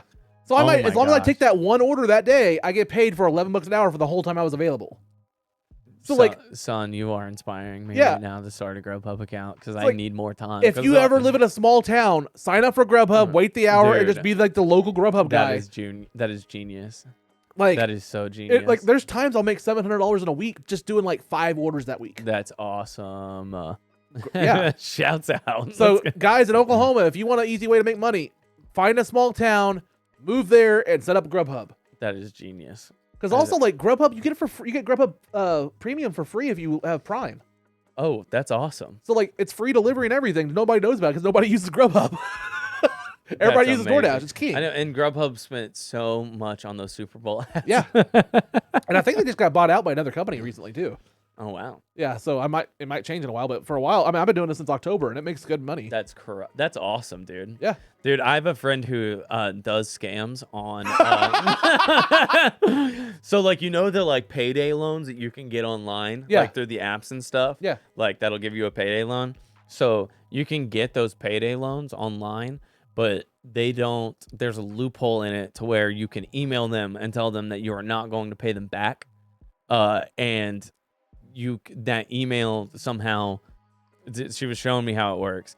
That email somehow makes it, they're like, oh, okay, well, nice doing business with you. So you get free money from these payday loan apps, basically, where you can just get $100, $200 at a time, and then immediately cancel the service with them and be like, I'm not going to pay you back. I'm canceling the service. And they're like, okay. Damn. I guess that's how that works. I told her, I feel like they're gonna come for her. I had this kid when I worked at Game Exchange in Claremore. We had this kid that was his family was super religious, and he had a Bible next to his spare tire in his car trunk, and he cut out the middle of the Bible, and that's where he stored drugs. Oh, genius. And then he used the papers from the Bible as papers. I have a Bible in my car that I put on the dash in case I get pulled over. Nice. And like I've got an American flag like sticker on the back of my car. Yeah. I try and present as good old boy. Like if I don't have my nails painted, I can get away. I'll take out my earrings and shit. I'll like take off my glasses, take off my earrings, and just try and good old boy. I'm just trying to get on home. Dude, sir. do you know how many people think that my orange Challenger, which keep in mind it's a Challenger, is because I'm a fucking Dukes of Hazzard fan? Oh, really? They think that I'm like a General Lee racist good old boy because I have an orange Challenger. It's not even the same type of car. I thought you were a 21-year-old in the Army. I wasn't sure if I was at the right house. No, it's just like, that was a Dodge Charger, and it was orange with a fucking rebel flag on top, and people are like, and a number 01 on the side, and people are like, orange Challenger, he must be racist. Or he must be a good old boy. And I'm like, no. No, that's not what you were going for at all. I didn't think that, King. I got your back, bud. I got your back, bud. I didn't think that at all. Also, I can empathize so much with ladies that get catcalled and shit because I've gotten catcalled in that car. I've never felt so dirty. Like I was car guys are a different breed. You know? I was at a Wendy's drive-through. I pull up the drive-through and the Wendy's employee's taking the trash out. He takes the trash out, then takes 3 steps back, looks at my car and goes, sexy. And I was just like, oh. And then you stepped out. And he was like, oh. I'm just like, I'm here for a large Frosty and a bacon. Gosh, I'm starving. Like after I cleaned up, like it's and we're back with EPB, Ethan Paul Barton. Dude, thank you so much for being here. Dude, I had an incredible time. Thank you so much for having me on Unloading Meat. This is an incredible studio. You were doing an amazing job. We had a great conversation, man. I'm hoping to come back again sometime soon. We got to go to the Ren Fair, and we're going to a rave. Okay? Yeah, man. And real quick, before we cut out here, I know we got to go. I know we got to piss. Where can everybody find you if they want to book you or they want to follow you? So you can find me on Instagram at Barton Comedy. That's BartonComedy. Barton Comedy on Instagram. On Facebook, just my full name, Ethan Paul Barton. And then I'm on TikTok at I'm sorry 918. I apologize. I apologize on TikTok for everything. You know, I have a lot to apologize for. So you can find me apologizing on TikTok at I'm sorry 918. And where is there anywhere else that I am that I need to plug? I just now realized that your last name is Barton, so that makes you like the shitty cousin of fucking Hawkeye. Yes, I am. I am a shitty cousin of Hawkeye. I'm the native side. Yeah, I'm the redneck native side. Your archery skills are with dildos, dude. I mean, he's the lamest superhero ever. He just has a bow and arrow. Like, I know. What the fuck is that, dude? And he runs out of arrows. And he got his own show, and they canceled it. It was a good show. Was it good? Yeah, it's pretty good. Jeremy Renner's kind of cool. I kind of. I mean, he actually survived his own snowplow. I thought there was like heroic Jeremy Renner survives his terrible accident. He got run over by his own snowplow. I feel like he's like blue collar, like fucking Tom Cruise. You know, I feel he's like that kind of guy. He like wants to do his own stunts. He's Tom Cruise without the Scientology. You know? We could get into that. Yeah, we can. We gotta get out of here. Well, dude, it's been great having you. It's Thank been you so much much for fun, doing Jared this. Ralphie Allen. Thank you so much. Guys, follow him everywhere. Ethan Paul Barton. I've been Jared Ralphie Allen. This has been Unloading Meat. Peace. Bye.